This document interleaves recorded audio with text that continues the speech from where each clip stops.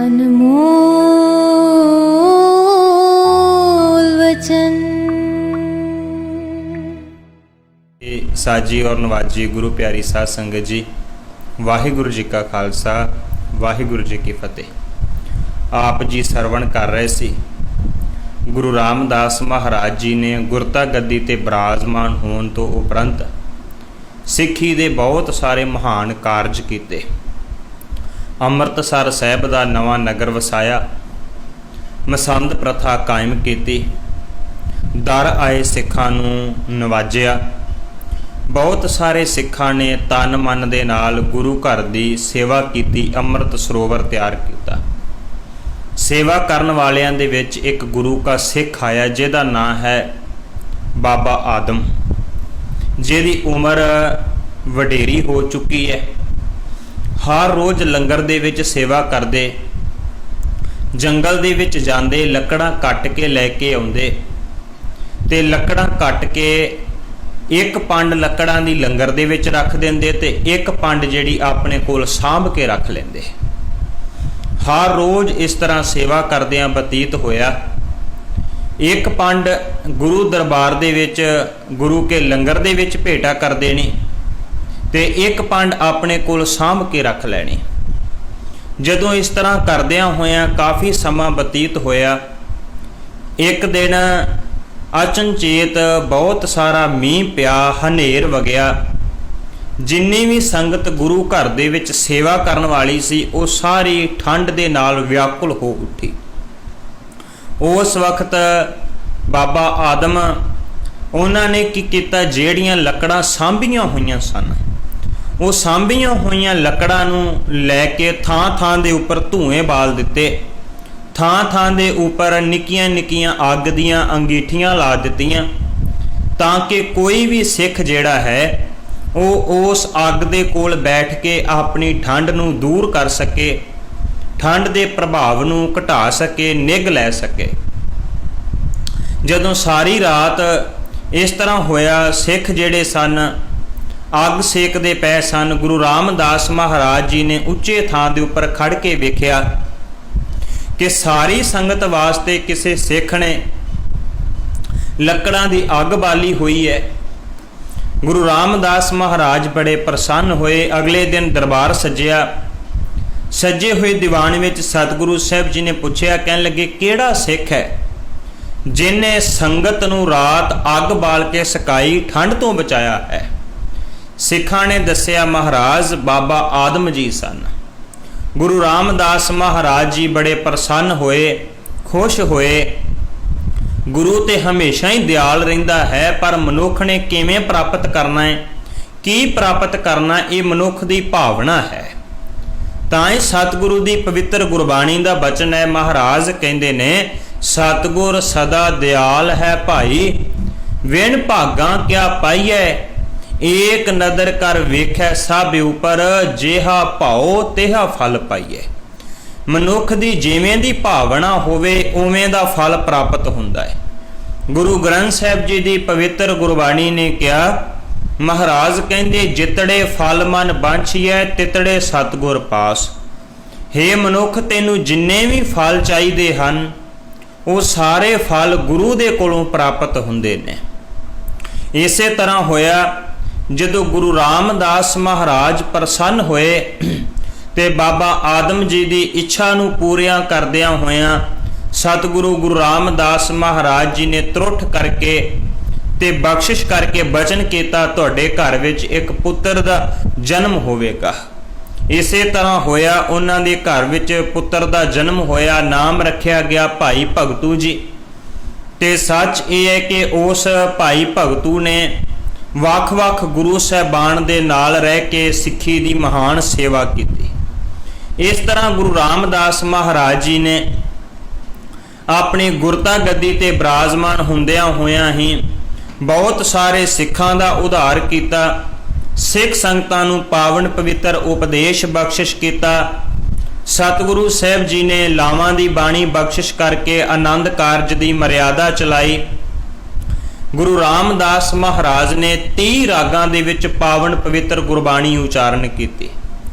19 ਰਾਗਾਂ ਦੇ ਵਿੱਚ ਗੁਰੂ ਨਾਨਕ ਸਾਹਿਬ ਮਹਾਰਾਜ ਨੇ ਗੁਰਬਾਣੀ ਉਚਾਰਨ ਕੀਤੀ। 17 ਰਾਗਾਂ ਦੇ ਵਿੱਚ ਗੁਰੂ ਅਮਰਦਾਸ ਮਹਾਰਾਜ ਨੇ ਗੁਰਬਾਣੀ ਉਚਾਰਨ ਕੀਤੀ। ਗੁਰੂ ਰਾਮਦਾਸ ਮਹਾਰਾਜ ਨੇ 30 ਰਾਗ ਵਰਤੇ। 30 ਰਾਗਾਂ ਦੇ ਵਿੱਚ ਗੁਰਬਾਣੀ ਉਚਾਰਨ ਕੀਤੀ। ਗੁਰੂ ਗ੍ਰੰਥ ਸਾਹਿਬ ਜੀ ਦੀ ਪਵਿੱਤਰ ਗੁਰਬਾਣੀ 31 ਰਾਗਾਂ ਦੇ ਵਿੱਚ ਹੈ ਤੇ 31ਵਾਂ ਰਾਗ ਕੇਵਲ ਤੇ ਕੇਵਲ ਗੁਰੂ ਤੇਗ ਬਹਾਦਰ ਸਾਹਿਬ ਮਹਾਰਾਜ ਨੇ ਵਰਤਿਆ। ਉਹ ਕੇਵਲ ਤੇ ਕੇਵਲ ਜੈਜੈਵੰਤੀ ਰਾਗ ਹੈ, ਜਿਹਦੇ ਵਿੱਚ ਗੁਰੂ ਤੇਗ ਬਹਾਦਰ ਸਾਹਿਬ ਮਹਾਰਾਜ ਦੀ ਬਾਣੀ ਹੈ। ਬਾਕੀ 30 ਰਾਗ ਗੁਰੂ ਰਾਮਦਾਸ ਮਹਾਰਾਜ ਨੇ ਵਰਤੇ। ਉਹੀ 30 ਰਾਗ ਫਿਰ ਗੁਰੂ ਅਰਜਨ ਸਾਹਿਬ ਮਹਾਰਾਜ ਜੀ ਨੇ ਵੀ ਵਰਤੇ। ਉਹਨਾਂ ਦੇ ਵਿੱਚ ਹੀ ਫਿਰ ਗੁਰੂ ਅਰਜਨ ਸਾਹਿਬ ਮਹਾਰਾਜ ਨੇ ਬਾਣੀ ਉਚਾਰਨ ਕੀਤੀ। ਸਤਿਗੁਰੂ ਨੇ 30 ਰਾਗਾਂ 'ਚ ਬਾਣੀ ਉਚਾਰਨ ਕੀਤੀ, ਸ਼ਬਦ ਉਚਾਰਨ ਕੀਤੇ, ਸ਼ੰਤ ਉਚਾਰਨ ਕੀਤੇ। ਸਤਿਗੁਰੂ ਨੇ ਸ਼ਲੋਕ ਉਚਾਰਨ ਕੀਤੇ। ਔਰ ਸੱਚ ਇਹ ਹੈ, ਸਤਿਗੁਰੂ ਸਾਹਿਬ ਜੀ ਨੇ 8 ਵਾਰਾਂ ਉਚਾਰਨ ਕੀਤੀਆਂ। ਗੁਰੂ ਗ੍ਰੰਥ ਸਾਹਿਬ ਜੀ ਦੀ ਪਵਿੱਤਰ ਗੁਰਬਾਣੀ ਦੇ ਵਿੱਚ ਕੁੱਲ 22 ਵਾਰਾਂ ਤੇ ਉਹਨਾਂ ਵਿੱਚੋਂ 8 ਕੇਵਲ ਗੁਰੂ ਰਾਮਦਾਸ ਮਹਾਰਾਜ ਜੀ ਦੀਆਂ। ਸਤਿਗੁਰੂ ਨੇ ਵਾਰਾਂ ਵਾਸਤੇ ਪੌੜੀਆਂ ਉਚਾਰਨ ਕੀਤੀਆਂ। ਇਸ ਤੋਂ ਇਲਾਵਾ ਆਮ ਕਰਕੇ ਉਸ ਵਕਤ ਪੰਜਾਬ ਦੇ ਸੱਭਿਆਚਾਰ ਦੇ ਵਿੱਚ ਜੇ ਕੋਈ ਜੀਵ ਚੜ੍ਹਾਈ ਕਰ ਜਾਂਦਾ ਉਦੋਂ ਲਾਹਣੀਆਂ, ਜੇ ਕੋਈ ਖੁਸ਼ੀ ਦਾ ਕੰਮ ਹੁੰਦਾ ਉਦੋਂ ਘੋੜੀਆਂ ਗਾਈਆਂ ਜਾਂਦੀਆਂ। ਸਤਿਗੁਰੂ ਨੇ ਉਹਨਾਂ ਦੇ ਆਧਾਰ ਦੇ ਉੱਪਰ ਵੀ ਉਸੇ ਤਰ੍ਹਾਂ ਦੇ ਨਾਲ ਛੰਦ ਉਚਾਰਨ ਕੀਤੇ। ਘੋੜੀਆਂ, ਲਾਹਣੀਆਂ ਇਤਿਆਦਿਕ ਗੁਰੂ ਰਾਮਦਾਸ ਮਹਾਰਾਜ ਜੀ ਨੇ ਬਖਸ਼ਿਸ਼ ਕਰਕੇ ਉਚਾਰਨ ਕੀਤੀਆਂ। ਸਿੱਖਾਂ ਨੂੰ ਉਪਦੇਸ਼ ਦਿੰਦੇ ਹੋਏ ਮਹਾਰਾਜ ਨੇ ਕਿਹਾ, ਕਹਿੰਦੇ ਸਿੱਖ ਦੀ ਕਰਨੀ ਕੈਸੀ ਹੋਣੀ ਚਾਹੀਦੀ ਹੈ, ਕਿੱਦਾਂ ਦੀ ਹੋਵੇ ਸਿੱਖ ਦੀ ਕਰਨੀ।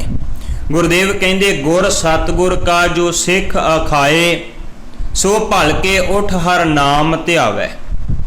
ਸਿੱਖ ਦੀ ਪਰਿਭਾਸ਼ਾ ਇਹ ਹੈ, ਜਿਹੜਾ ਗੁਰੂ ਦਾ ਸਿੱਖ ਅਖਵਾਉਂਦਾ ਏ ਉਹ ਅੰਮ੍ਰਿਤ ਵੇਲੇ ਉੱਠ ਕੇ ਅਕਾਲ ਪੁਰਖ ਵਾਹਿਗੁਰੂ ਨੂੰ ਚੇਤੇ ਕਰਦਾ ਹੋਵੇ। ਇਸ਼ਨਾਨ ਕਰੇ ਅੰਮ੍ਰਿਤ ਸਰ ਨਹਾਵੈ। ਇਸ਼ਨਾਨ ਕਰੇ ਭਾਵ ਅੰਮ੍ਰਿਤ ਸਰੋਵਰ ਦੇ ਵਿੱਚ ਸਤ ਸੰਗਤ ਦੇ ਵਿੱਚ ਜਾ ਕੇ ਬੈਠੇ ਤੇ ਇੱਥੇ ਬਸ ਨਹੀਂ। ਕਹਿੰਦੇ ਇਦਾਂ ਕਰਕੇ ਜਿਹੜਾ ਅਕਾਲ ਪੁਰਖ ਵਾਹਿਗੁਰੂ ਨੂੰ ਚੇਤੇ ਕਰਦਾ ਏ, ਗੁਰ ਸਤਿਗੁਰ ਕਾ ਜੋ ਸਿੱਖ ਅਖਾਏ, ਸੋ ਭਲ ਕੇ ਉਠ ਹਰ ਨਾਮ ਧਿਆਵੈ। ਉਦਮ ਕਰੇ ਭਲ ਕੇ ਪ੍ਰਭਾਤੀ, ਇਸ਼ਨਾਨ ਕਰੇ ਅੰਮ੍ਰਿਤ ਸਰ ਨਹਾਵੈ। ਤੇ ਸਤਿਗੁਰੂ ਨੇ ਕੀ ਕਿਹਾ? ਮਹਾਰਾਜ ਕਹਿੰਦੇ ਉਪਦੇਸ਼ ਗੁਰੂ ਹਰ ਹਰ ਜਪ ਜਾਪੈ, ਸਭ ਕਿਲ ਵਿਖ ਦੋਖ ਪਾਪ ਲਹਿ ਜਾਵੈ। ਜਿਹੜਾ ਗੁਰੂ ਦਾ ਸਿੱਖ ਅਕਾਲ ਪੁਰਖ ਵਾਹਿਗੁਰੂ ਨੂੰ ਚੇਤੇ ਕਰਦਾ ਹੈ, ਫਿਰ ਉਹਦੇ ਸਾਰੇ ਪਾਪ ਕੱਟੇ ਜਾਂਦੇ ਐ, ਕਿਲ ਵਿਖ ਕੱਟੇ ਜਾਂਦੇ ਐ, ਪਾਪ ਦੂਰ ਹੋ ਜਾਂਦੇ ਐ। ਤੇ ਸਤਿਗੁਰੂ ਕਹਿੰਦੇ ਜਿੱਥੇ ਅਕਾਲ ਪੁਰਖ ਵਾਹਿਗੁਰੂ ਨੂੰ ਚੇਤੇ ਕਰਨਾ ਹੈ, ਸਿਮਰਨ ਕਰਨਾ ਹੈ, ਯਾਦ ਕਰਨਾ ਹੈ, ਉੱਥੇ ਨਾਲ ਹੀ ਇੱਕ ਮੁਬਾਰਕ ਬਚਨ ਕਿਹਾ। ਕਹਿੰਦੇ ਫਿਰ ਚੜ੍ਹੈ ਦਿਵਸ ਗੁਰਬਾਣੀ ਗਾਵੈ, ਬਹਿੰਦਿਆਂ ਉੱਠਦਿਆਂ ਹਰ ਨਾਮ ਧਿਆਵੈ। ਜਦੋਂ ਦਿਨ ਚੜ੍ਹ ਜਾਵੇ ਫਿਰ ਅਕਾਲ ਪੁਰਖ ਵਾਹਿਗੁਰੂ ਦੀ ਬਾਣੀ ਨੂੰ ਗਾਵੇ। ਗੁਰੂ ਸਾਹਿਬਾਨ ਦੀ ਉਚਾਰਨ ਕੀਤੀ ਹੋਈ ਗੁਰਬਾਣੀ ਦਾ ਉਪਦੇਸ਼ ਆਪਣੇ ਜੀਵਨ ਦੇ ਵਿੱਚ ਧਾਰਨ ਕਰੇ ਤੇ ਐਵੇਂ ਕਰਕੇ ਹਰ ਸਵਾਸ ਦੇ ਨਾਲ, ਹਰ ਸਾਹ ਦੇ ਨਾਲ ਅਕਾਲ ਪੁਰਖ ਵਾਹਿਗੁਰੂ ਨੂੰ ਚੇਤੇ ਕਰੇ। ਤੇ ਇੱਥੇ ਨਹੀਂ, ਨਾਲ ਹੀ ਸਿੱਖ ਦਾ ਇੱਕ ਹੋਰ ਫਰਜ਼ ਸਤਿਗੁਰੂ ਸਾਹਿਬ ਨੇ ਜਾਣੂ ਕਰਵਾਉਂਦਿਆਂ ਕਿਹਾ, ਜਿਸ ਨੂੰ ਦਿਆਲ ਹੋਵੇ ਮੇਰਾ ਸੁਆਮੀ, ਸੋ ਗੁਰ ਸਿੱਖ ਗੁਰੂ ਉਪਦੇਸ਼ ਸੁਣਾਵੈ। ਕਹਿੰਦੇ ਜਿਹਦੇ ਤੇ ਗੁਰੂ ਦਿਆਲ ਹੋ ਜਾਵੇ, ਜਿਹਦੇ ਤੇ ਗੁਰੂ ਕਿਰਪਾ ਕਰੇ, ਫਿਰ ਉਹ ਸਿੱਖ ਦੂਸਰਿਆਂ ਨੂੰ ਵੀ ਪਾਵਨ ਪਵਿੱਤਰ ਉਪਦੇਸ਼ ਬਖਸ਼ਿਸ਼ ਕਰਦਾ ਹੈ। ਉਹ ਸਿੱਖ ਫਿਰ ਦੂਸਰਿਆਂ ਨੂੰ ਵੀ ਸਿੱਖਿਆ ਦਿੰਦਾ ਹੈ। ਤੇ ਗੁਰੂ ਰਾਮਦਾਸ ਮਹਾਰਾਜ ਨੇ ਇੱਥੋਂ ਤੱਕ ਕਹਿ ਦਿੱਤਾ, ਇੰਨੀ ਨਿਮਰਤਾ। ਤੇ ਸਤਿਗੁਰੂ ਸਾਹਿਬ ਜੀ ਕਹਿੰਦੇ ਨੇ, ਜਨ ਨਾਨਕ ਧੂੜ ਮੰਗੈ ਤਿਸ ਗੁਰ ਸਿੱਖ ਕੀ, ਜੋ ਆਪ ਜਪੈ ਅਵਰਾ ਨਾਮ ਜਪਾਵੈ। ਗੁਰੂ ਰਾਮਦਾਸ ਮਹਾਰਾਜ ਕਹਿੰਦੇ ਨੇ, ਮੈਂ ਵੀ ਉਹਦੀ ਧੂੜੀ ਲੋਚਦਾ ਹਾਂ, ਜਿਹੜਾ ਸਿੱਖ ਆਪ ਅਕਾਲ ਪੁਰਖ ਵਾਹਿਗੁਰੂ ਜੀ ਦੇ ਨਾਮ ਨੂੰ ਜਪਦਾ ਹੋਵੇ, ਜਿਹੜਾ ਦੂਸਰਿਆਂ ਨੂੰ ਵੀ ਜਪਾਉਂਦਾ ਹੋਵੇ, ਜਿਹੜਾ ਇਹ ਕਾਰਜ ਕਰਦਾ ਹੈ, ਮੈਂ ਉਸ ਦੀ ਧੂੜੀ ਨੂੰ ਲੋਚਦਾ ਹਾਂ।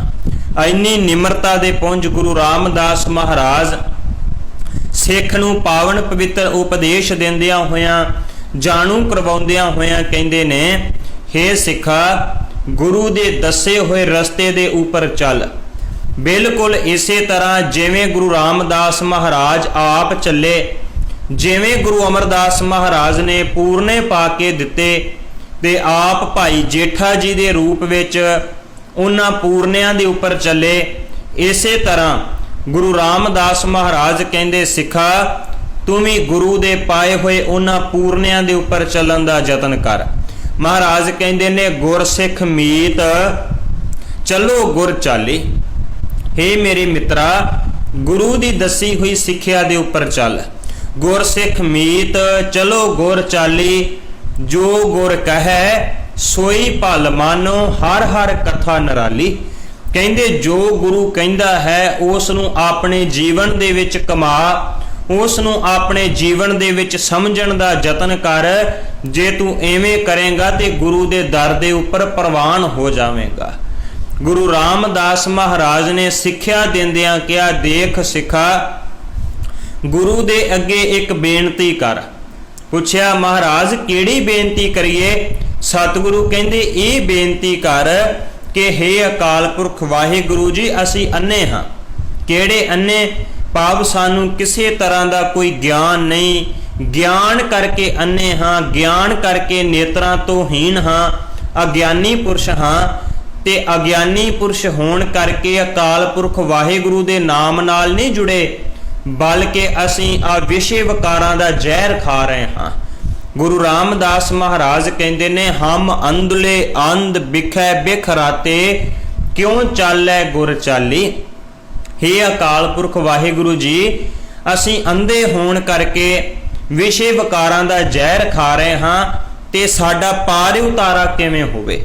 ਮਹਾਰਾਜ ਕਹਿੰਦੇ ਪਾਰ ਉਤਾਰਾ ਇਵੇਂ ਹੋਵੇਗਾ, ਹਮ ਅੰਧਲੇ ਅੰਧ ਬਿਖੈ ਬਿਖ ਰਾਤੇ, ਕਿਉਂ ਚਾਲੈ ਗੁਰ ਚਾਲੀ। ਸਤਿਗੁਰ ਦਇਆ ਕਰੇ ਸੁਖ ਦਾਤਾ, ਹਮ ਲਾਵੈ ਆਪਣ ਪਾਲੀ। ਸਤਿਗੁਰੂ ਕਿਰਪਾ ਕਰਕੇ ਸਾਨੂੰ ਆਪਣਾ ਪੱਲਾ ਪਕੜਾ ਦੇਵੇ। ਹਮ ਅੰਧਲੇ ਕੋ ਗੁਰ ਅੰਚਲ ਦੀਜੈ, ਸਾਨੂੰ ਅੰਧਲਿਆਂ ਨੂੰ ਗੁਰੂ ਜਿਹੜਾ ਹੈ ਆਪਣਾ ਅੰਚਲ ਫੜਾ ਦੇਵੇ, ਪੱਲਾ ਫੜਾ ਦੇਵੇ। ਉਸ ਪੱਲੇ ਨੂੰ ਪਕੜ ਕੇ ਅਸੀਂ ਧਰਮ ਦੇ ਮਾਰਗ ਤੇ ਚੱਲ ਸਕਾਂਗੇ। ਉਸ ਪੱਲੇ ਨੂੰ ਪਕੜ ਕੇ ਅਸੀਂ ਅਕਾਲ ਪੁਰਖ ਵਾਹਿਗੁਰੂ ਦੇ ਦਰਸਾਏ ਹੋਏ ਮਾਰਗ ਦੇ ਉੱਪਰ ਚੱਲ ਸਕਾਂਗੇ। ਇਹ ਗੁਰੂ ਰਾਮਦਾਸ ਮਹਾਰਾਜ ਸਾਨੂੰ ਸਾਰਿਆਂ ਨੂੰ ਸਮਝਾ ਰਹੇ ਨੇ। ਆਪਾਂ ਵੀ ਗੁਰੂ ਦੇ ਅੱਗੇ ਬੇਨਤੀ ਕਰਕੇ ਕਹੀਏ, ਮਹਾਰਾਜ ਅਸੀਂ ਵੀ ਗਿਆਨ ਕਰਕੇ ਅੰਧੇ ਹਾਂ, ਅਗਿਆਨਤਾ ਦੇ ਵਿੱਚ ਡੁੱਬੇ ਹੋਏ ਹਾਂ, ਸਾਨੂੰ ਵੀ ਆਪਣਾ ਪੱਲਾ ਪਕੜਾ ਦੇਵੋ, ਅਸੀਂ ਵੀ ਧਰਮ ਦੇ ਮਾਰਗ ਤੇ ਚੱਲ ਸਕੀਏ। ਜਦੋਂ ਗੁਰੂ ਰਾਮਦਾਸ ਮਹਾਰਾਜ ਜੀ ਨੇ ਪਵਿੱਤਰ ਗੁਰਬਾਣੀ ਦੀ ਗੱਲ ਕੀਤੀ ਤੇ ਉਦੋਂ ਗੁਰਬਾਣੀ ਦੀ ਸਿਫਤ ਸਲਾਹ ਕਰਦਿਆਂ ਕਿਹਾ, ਇਹ ਜਿਹੜੀ ਬਾਣੀ ਹੈ ਨਾ, ਇਹ ਗੁਰੂ ਹੈ। ਤੇ ਇਉਂ ਕਿਹਾ ਜਾ ਸਕਦਾ, ਗੁਰੂ ਹੀ ਬਾਣੀ ਹੈ ਤੇ ਬਾਣੀ ਗੁਰੂ ਹੈ। ਇਸ ਬਾਣੀ ਦੇ ਵਿੱਚੋਂ ਹੀ ਸਾਰੇ ਅੰਮ੍ਰਿਤ ਪ੍ਰਾਪਤ ਹੁੰਦੇ ਨੇ। ਗੁਰੂ ਰਾਮਦਾਸ ਮਹਾਰਾਜ ਕਹਿੰਦੇ ਬਾਣੀ ਗੁਰੂ, ਗੁਰੂ ਹੈ ਬਾਣੀ, ਵਿੱਚ ਬਾਣੀ ਅੰਮ੍ਰਿਤ ਸਾਰੇ। ਇਹ ਗੁਰਬਾਣੀ ਜਿਹੜੀ ਹੈ ਇਹਦੇ ਵਿੱਚ ਸਾਰੇ ਤਰ੍ਹਾਂ ਦੇ ਅੰਮ੍ਰਿਤ ਮੌਜੂਦ ਹੈ। ਇਥੋਂ ਤੱਕ ਕਿਹਾ, ਵਾਹ ਵਾਹ ਬਾਣੀ ਨਿਰੰਕਾਰ ਹੈ, ਤਿਸ ਜੇਵੜ ਅਵਰ ਨ ਕੋਏ। ਬਾਣੀ ਹੀ ਨਿਰੰਕਾਰ ਦਾ ਸਰੂਪ ਹੈ, ਇਹਦੇ ਵਰਗਾ ਹੋਰ ਕੋਈ ਨਹੀਂ। ਬਾਣੀ ਵਰਗੀ ਦੂਸਰੀ ਤਾਕਤ ਦੁਨੀਆ ਦੇ ਉੱਪਰ ਕੋਈ ਵੀ ਨਹੀਂ ਹੈ। ਸਤਿਗੁਰੂ ਨੂੰ ਪੁੱਛਿਆ, ਮਹਾਰਾਜ ਇਹ ਬਾਣੀ ਹੈ ਕਿ ਇਹਨੂੰ ਕਿਵੇਂ ਮੰਨਣਾ ਚਾਹੀਦਾ ਏ? ਤੇ ਗੁਰੂ ਰਾਮਦਾਸ ਮਹਾਰਾਜ ਕਹਿੰਦੇ ਨੇ, ਸਿੱਖੋ ਇਸ ਬਾਣੀ ਨੂੰ ਕਿਵੇਂ ਮੰਨਣਾ ਹੈ? ਉਹ ਕਹਿੰਦੇ ਐਵੇਂ ਮੰਨਣਾ ਹੈ ਕਿ ਇਹ ਬਾਣੀ ਕਰਤੇ ਨੇ ਆਪ ਕਿਰਪਾ ਕਰਕੇ ਗੁਰੂ ਦੇ ਮੂੰਹ ਵਿੱਚੋਂ ਕਢਾਈ ਹੈ। ਇਸ ਬਾਣੀ ਨੂੰ ਸੱਤ ਕਰਕੇ ਮੰਨਣਾ ਹੈ ਤੇ ਇਹ ਅਕਾਲ ਪੁਰਖ ਵਾਹਿਗੁਰੂ ਨੇ ਕਿਰਪਾ ਕਰਕੇ ਗੁਰੂ ਦੇ ਮੂੰਹ ਦੇ ਵਿੱਚੋਂ ਕਢਾਈ ਹੈ। ਸਤਿਗੁਰੂ ਗੁਰੂ ਰਾਮਦਾਸ ਮਹਾਰਾਜ ਜਦੋਂ ਅਕਾਲ ਪੁਰਖ ਵਾਹਿਗੁਰੂ ਦੇ ਅੱਗੇ ਬੇਨਤੀ ਕਰਕੇ ਕਹਿੰਦੇ, ਜਿਹੜੀ ਬੇਨਤੀ ਸਾਨੂੰ ਵੀ ਕਰਨੀ ਬਣਦੀ ਹੈ, ਮੇਰੇ ਮੀਤ ਗੁਰਦੇਵ ਮੋਹ ਕਉ ਰਾਮ ਨਾਮ ਪ੍ਰਗਾਸ। ਹੇ ਮੇਰੇ ਗੁਰੂ, ਹੇ ਮੇਰੇ ਮਿੱਤਰ, ਕਿਰਪਾ ਕਰਕੇ ਮੇਰੇ ਅੰਦਰ ਰਾਮ ਨਾਮ ਦਾ ਪ੍ਰਕਾਸ਼ ਕਰ ਦੇਵੋ। ਕਿਰਪਾ ਕਰਕੇ ਮੈਨੂੰ ਨਾਮ ਦੀ ਦਾਤ ਬਖਸ਼ਿਸ਼ ਕਰਕੇ ਦੇ ਦੇਵੋ। ਤੇ ਸਤਿਗੁਰੂ ਨੇ ਜਦੋਂ ਇਸ ਤਰ੍ਹਾਂ ਦੇ ਨਾਲ ਸੰਸਾਰ ਦੇ ਲੋਕਾਂ ਨੂੰ ਪਾਵਨ ਪਵਿੱਤਰ ਗੁਰਬਾਣੀ ਦੇ ਨਾਲ ਜੋੜਿਆ, ਆਪ 30 ਰਾਗਾਂ ਦੇ ਵਿੱਚ ਗੁਰਬਾਣੀ ਉਚਾਰਨ ਕੀਤੀ। ਜਦੋਂ ਬਾਬਾ ਪ੍ਰਿਥੀ ਚੰਦ ਜਿਹੜੇ ਗੁਰੂ ਰਾਮਦਾਸ ਜੀ ਦੇ ਵੱਡੇ ਪੁੱਤਰ ਸਨ, ਉਹ ਹਰ ਵਕਤ ਜਿਨ੍ਹਾਂ ਦਾ ਚਿੱਤ, ਜਿਨ੍ਹਾਂ ਦਾ ਧਿਆਨ ਮਾਇਆ ਦੇ ਵਿੱਚ ਲੱਗਿਆ ਰਹਿੰਦਾ, ਤੇ ਜਿਸ ਵਕਤ ਉਹ ਇੱਕ ਦਿਨ ਮਾਇਆ ਗਿਣ ਰਹੇ ਸਨ, ਪੈਸੇ ਗਿਣਦੇ ਪਏ ਸਨ, ਉਹ ਜਦੋਂ ਸਿੱਕੇ ਗਿਣੇ ਜਾ ਰਹੇ ਸੀ ਤੇ ਸਿੱਕਿਆਂ ਦੇ ਗਿਣ ਕਰਕੇ ਬਾਬਾ ਪ੍ਰਿਥੀ ਚੰਦ ਦੇ ਹੱਥਾਂ ਨੂੰ ਕਾਲਖ ਲੱਗ ਗਈ, ਮੈਲ ਲੱਗ ਗਈ। ਜਦੋਂ ਦੇਖਿਆ ਗੁਰੂ ਰਾਮਦਾਸ ਮਹਾਰਾਜ ਨੇ ਕਿ ਹੱਥਾਂ ਨੂੰ ਮੈਲ ਕਾਲਖ ਲੱਗੀ ਹੋਈ ਹੈ, ਤੇ ਮਹਾਰਾਜ ਨੇ ਮੁਬਾਰਕ ਬਚਨ ਕਿਹਾ, ਕਹਿਣ ਲੱਗੇ ਪ੍ਰਿਥੀ ਚੰਦ ਦੇਖੀ ਕਿਤੇ ਜਿਹੜੀ ਕਾਲਖ ਹੱਥਾਂ ਨੂੰ ਲੱਗੀ ਹੈ ਇਹ ਕਾਲਖ ਮਾਇਆ ਦੀ ਕਿਤੇ ਮਨ ਨੂੰ ਨਾ ਲੱਗ ਜਾਵੇ। ਪਰ ਸੱਚ ਇਹ ਹੈ ਬਾਬਾ ਪ੍ਰਿਥੀ ਚੰਦ ਦੇ ਮਨ ਦੇ ਉੱਪਰ ਉਹ ਜਿਹੜੀ ਮਾਇਆ ਦੀ ਕਾਲਖ ਸੀ ਉਹ ਲੱਗ ਚੁੱਕੀ ਸੀ। ਸਤਿਗੁਰੂ ਸਾਹਿਬ ਜੀ ਨੇ 3 ਪੁੱਤਰਾਂ ਦੇ ਵਿੱਚੋਂ ਬਾਬਾ ਪ੍ਰਿਥੀ ਚੰਦ ਸਭ ਤੋਂ ਵੱਡੇ, ਦੂਸਰੇ ਬਾਬਾ ਮਹਾਦੇਵ ਜੀ, ਤੀਸਰੇ ਗੁਰੂ ਅਰਜਨ ਸਾਹਿਬ ਮਹਾਰਾਜ ਸੱਚੇ ਪਾਤਸ਼ਾਹ। ਸਤਿਗੁਰੂ ਨੇ ਪਰਖ ਕਰਕੇ ਜਦੋਂ ਗੁਰਤਾ ਗੱਦੀ ਦੇ ਉੱਪਰ ਗੁਰੂ ਅਰਜਨ ਸਾਹਿਬ ਮਹਾਰਾਜ ਨੂੰ ਬਿਠਾਉਣ ਦਾ ਐਲਾਨ ਕੀਤਾ, ਉਸ ਵਕਤ ਬਾਬਾ ਪ੍ਰਿਥੀ ਚੰਦ ਨੇ ਝਗੜਾ ਕਰਨਾ ਸ਼ੁਰੂ ਕੀਤਾ ਤੇ ਗੁਰੂ ਰਾਮਦਾਸ ਮਹਾਰਾਜ ਨੇ ਸਮਝਾਉਂਦਿਆਂ ਹੋਇਆਂ ਕਿਹਾ, ਪੁੱਤਰਾ ਕਾਹੇ ਪੂਤ ਝਗੜਤ ਹੋ ਸੰਗ ਬਾਪ, ਜਿਨ ਕੇ ਜਣੇ ਬਡੇਰੇ ਤੁਮ ਹੋ, ਤਿਨ ਸਿਉ ਝਗੜਤ ਪਾਪ। ਪੁੱਤਰਾ ਜਿਹੜੇ ਪਿਤਾ ਨੇ, ਜਿਹੜੀ ਮਾਤਾ ਨੇ ਪਾਲਿਆ ਹੋਵੇ, ਵੱਡਾ ਕੀਤਾ ਹੋਵੇ, ਉਹਦੇ ਨਾਲ ਕਦੇ ਝਗੜਾ ਨਹੀਂ ਕਰੀਦਾ। ਉਹਦੇ ਨਾਲ ਝਗੜਾ ਕਰਨਾ ਸਭ ਤੋਂ ਵੱਡਾ ਪਾਪ ਹੁੰਦਾ ਹੈ। ਅੱਜ ਸਾਨੂੰ ਵੀ ਗੁਰੂ ਰਾਮਦਾਸ ਮਹਾਰਾਜ ਸਾਨੂੰ ਵੀ ਇਹੀ ਸਮਝਾ ਰਹੇ ਨੇ। ਜਦੋਂ ਅੱਜ ਸਿੱਖ ਪਰਿਵਾਰਾਂ ਵਿੱਚ ਪੈਦਾ ਹੋਣ ਵਾਲੇ ਬੱਚੇ ਆਪਣੇ ਮਾਤਾ ਪਿਤਾ ਨੂੰ ਬੜੀ ਭੱਦੀ ਸ਼ਬਦਾਵਲੀ ਦੇ ਨਾਲ ਬੁਲਾਉਂਦੇ ਹੋਣ, ਜਦੋਂ ਉਹਨਾਂ ਦੇ ਨਾਲ ਝਗੜਾ ਕਰਦੇ ਹੋਣ, ਜਦੋਂ ਮਾਤਾ ਪਿਤਾ ਨੂੰ ਬਿਰਧ ਆਸ਼ਰਮ ਦੇ ਵਿੱਚ ਜਾ ਕੇ ਜਮ੍ਹਾਂ ਕਰਾ ਦਿੱਤਾ ਗਿਆ ਹੋਵੇ, ਉੱਥੇ ਛੱਡ ਆਏ ਹੋਣ, ਤੇ ਗੁਰੂ ਰਾਮਦਾਸ ਸਾਨੂੰ ਵੀ ਤੇ ਕਹਿ ਰਹੇ ਨਾ, ਪੁੱਤਰਾ ਕਦੇ ਵਡੇਰਿਆਂ ਦੇ ਨਾਲ ਝਗੜਾ ਨਹੀਂ ਕਰੀਦਾ। ਮਾਤਾ ਪਿਤਾ ਨੂੰ ਛੱਡ ਕੇ ਜਿੰਨੇ ਵੀ ਤੂੰ ਕੰਮ ਕੀਤੇ ਹੋਣ, ਉਹ ਕੰਮ ਕਿਸੇ ਵੀ ਕਾਰਜ ਵਾਸਤੇ ਨਹੀਂ ਹੈ, ਸਫਲ ਨਹੀਂ ਹੋ ਸਕਦੇ, ਬਲਕਿ ਮਾਤਾ ਪਿਤਾ ਨੂੰ ਵਸਾਰ ਦੇਣਾ, ਬਾਕੀ ਧਰਮ ਦੇ ਕੰਮ ਕਰਨੇ ਕਿਸੇ ਵੀ ਅਰਥ ਦੇ ਵਿੱਚ ਨਹੀਂ ਹੈ। ਜਿਹਨੂੰ ਭਾਈ ਗੁਰਦਾਸ ਸਾਹਿਬ ਨੇ ਕਿਹਾ, ਮਾਂ ਪਿਓ ਪਰ ਹਰ ਕਰੇ ਦਾਨ, ਬੇਈਮਾਨ ਅਗਿਆਨ ਪ੍ਰਾਣੀ। ਬਾਕੀ ਤੂੰ ਦਾਨ ਕਰੇ, ਪੁੰਨ ਕਰੇ, ਤੂੰ ਬੇਈਮਾਨੀ ਹੈ, ਇਸ ਤੋਂ ਇਲਾਵਾ ਹੋਰ ਕੁਝ ਵੀ ਨਹੀਂ। ਇਸੇ ਕਰਕੇ ਗੁਰੂ ਰਾਮਦਾਸ ਮਹਾਰਾਜ ਕਹਿੰਦੇ, ਪੁੱਤਰਾ ਆਪ ਤੋਂ ਵੱਡਿਆਂ ਦੇ ਨਾਲ ਕਦੇ ਝਗੜਾ ਨਹੀਂ ਕਰੀਦਾ। ਗੁਰੂ ਰਾਮਦਾਸ ਮਹਾਰਾਜ ਨੇ ਕਿਰਪਾ ਕੀਤੀ, ਆਪਣੀ ਗੁਰਤਾ ਗੱਦੀ ਦੇ ਉੱਪਰ ਗੁਰੂ ਅਰਜਨ ਸਾਹਿਬ ਮਹਾਰਾਜ ਨੂੰ ਬਿਰਾਜਮਾਨ ਕੀਤਾ। ਆਪ ਸਤਿਗੁਰੂ ਸਾਹਿਬ ਅੰਮ੍ਰਿਤਸਰ ਸਾਹਿਬ ਤੋਂ ਚੱਲ ਕੇ ਦੁਬਾਰਾ ਫਿਰ ਗੋਇੰਦਵਾਲ ਸਾਹਿਬ ਦੀ ਧਰਤੀ ਤੇ ਆਏ, ਨਾਲ ਹੀ ਗੁਰੂ ਅਰਜਨ ਸਾਹਿਬ ਮਹਾਰਾਜ ਨੂੰ ਲੈ ਕੇ ਆਏ। ਇੱਥੇ ਆਣ ਕੇ ਸਤਿਗੁਰੂ ਸਾਹਿਬ ਜੀ ਨੇ ਆਪਣਾ ਜੋਤੀ ਜੋਤ ਸਮਾ ਗਏ। ਸਤਿਗੁਰੂ ਸਾਹਿਬ ਜੀ ਨੇ ਆਪਣਾ ਸਰੀਰਕ ਚੋਲਾ ਤਿਆਗ ਦਿੱਤਾ। ਮੰਨ ਲਓ ਭੱਟ ਸਾਹਿਬਾਨ ਨੇ ਜਦੋਂ ਗੁਰੂ ਰਾਮਦਾਸ ਮਹਾਰਾਜ ਜੀ ਜੋਤੀ ਜੋਤ ਸਮਾਏ, ਉਹਨਾਂ ਨੇ ਮੁਬਾਰਕ ਬਚਨ ਕਿਹਾ, ਕਹਿਣ ਲੱਗੇ ਦੇਵਪੁਰੀ ਮੈਂ ਗਇਓ। ਗੁਰੂ ਰਾਮਦਾਸ ਮਹਾਰਾਜ ਦੇਵਪੁਰੀ ਵਿੱਚ ਗਏ, ਭਾਵ ਅਕਾਲ ਪੁਰਖ ਵਾਹਿਗੁਰੂ ਦੇ ਘਰ ਗਏ।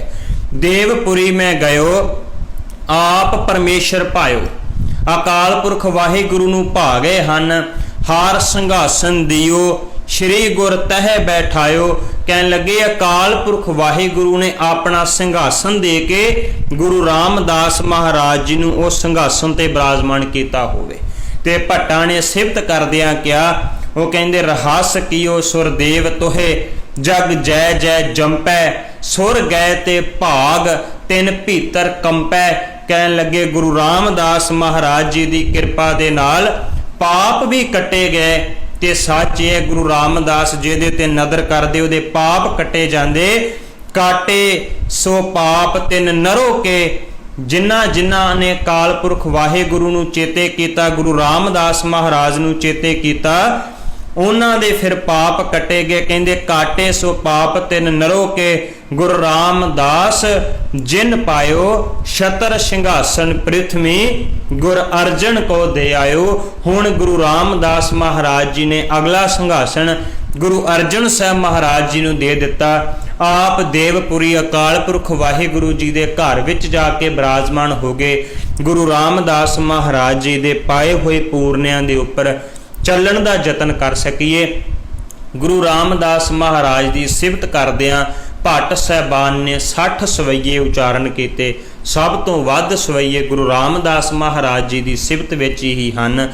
ਉਹਨਾਂ ਨੇ ਮੁਬਾਰਕ ਜੀਵਨ ਵਿੱਚ ਸਾਨੂੰ ਕੀ ਸਮਝਾਇਆ ਏ? ਉਹਨਾਂ ਦੇ ਪਾਏ ਪੂਰਨਿਆਂ ਤੇ ਚੱਲਣ ਦਾ ਯਤਨ ਕਰੀਏ, ਗੁਰਸਿੱਖ ਬਣੀਏ, ਅੰਮ੍ਰਿਤ ਛਕੀਏ, ਸਿੰਘ ਸੱਜ ਜਾਈਏ ਤੇ ਗੁਰੂ ਵਾਲੇ ਬਣ ਜਾਈਏ ਤਾਂ ਕਿ ਮਨੁੱਖਾ ਜੀਵਨ ਸਫਲ ਹੋ ਜਾਵੇ। ਆਪਣੀਆਂ ਆਉਣ ਵਾਲੀਆਂ ਪੀੜ੍ਹੀਆਂ ਨੂੰ, ਨੌਜਵਾਨਾਂ ਨੂੰ ਸਿੱਖੀ ਦੇ ਨਾਲ ਜੋੜਨ ਦਾ ਵੱਧ ਤੋਂ ਵੱਧ ਯਤਨ ਤੇ ਉਪਰਾਲਾ ਕਰ ਸਕੀਏ। ਕਿਉਂ ਹਰ ਵਕਤ ਗੁਰਮਤ ਤੋਂ ਦੂਰ ਹੋ ਕੇ ਸਿੱਖੀ ਦੇ ਨਾਲੋਂ ਟੁੱਟਦੇ ਜਾ ਰਹੇ ਹਾਂ, ਬਲਕਿ ਗੁਰਮਤ ਦੇ ਨਾਲ ਜੁੜਨ ਦਾ ਯਤਨ ਕਰੀਏ। ਇਹ ਗੁਰੂ ਨਾਨਕ ਦੀ ਫੁਲਵਾੜੀ ਨੂੰ ਦੂਰ ਤੱਕ ਖਿਲਾਰ ਦਈਏ ਤਾਂ ਕਿ ਗੁਰੂ ਨਾਨਕ ਸਾਹਿਬ ਮਹਾਰਾਜ ਦੀ ਖਿਲਾਰੀ ਹੋਈ ਇਹ ਫੁਲਵਾੜੀ ਦੂਰ ਦੂਰ ਤੱਕ ਮਹਿਕਦੀ ਰਵੇ। ਸਤਿਗੁਰੂ ਗੁਰੂ ਰਾਮਦਾਸ ਮਹਾਰਾਜ ਜੀ ਦੇ ਜੀਵਨ ਦੀ ਵਿਚਾਰ ਕਰਦਿਆਂ ਉਦੋਂ ਤੋਂ ਲੈ ਕੇ ਅੱਜ ਤੱਕ ਹੋਈਆਂ ਬੇਅੰਤ ਪ੍ਰਕਾਰ ਦੀਆਂ ਭੁੱਲਾਂ ਖਿਮਾ ਕਰ ਦੇਣੀਆਂ, ਅੱਗੇ ਵਾਸਤੇ ਸਮੱਤ ਬਖਸ਼ਣੀ। ਵਾਹਿਗੁਰੂ ਜੀ ਕਾ ਖਾਲਸਾ, ਵਾਹਿਗੁਰੂ ਜੀ ਕੀ ਫਤਿਹ। ਅਨਮੋਲ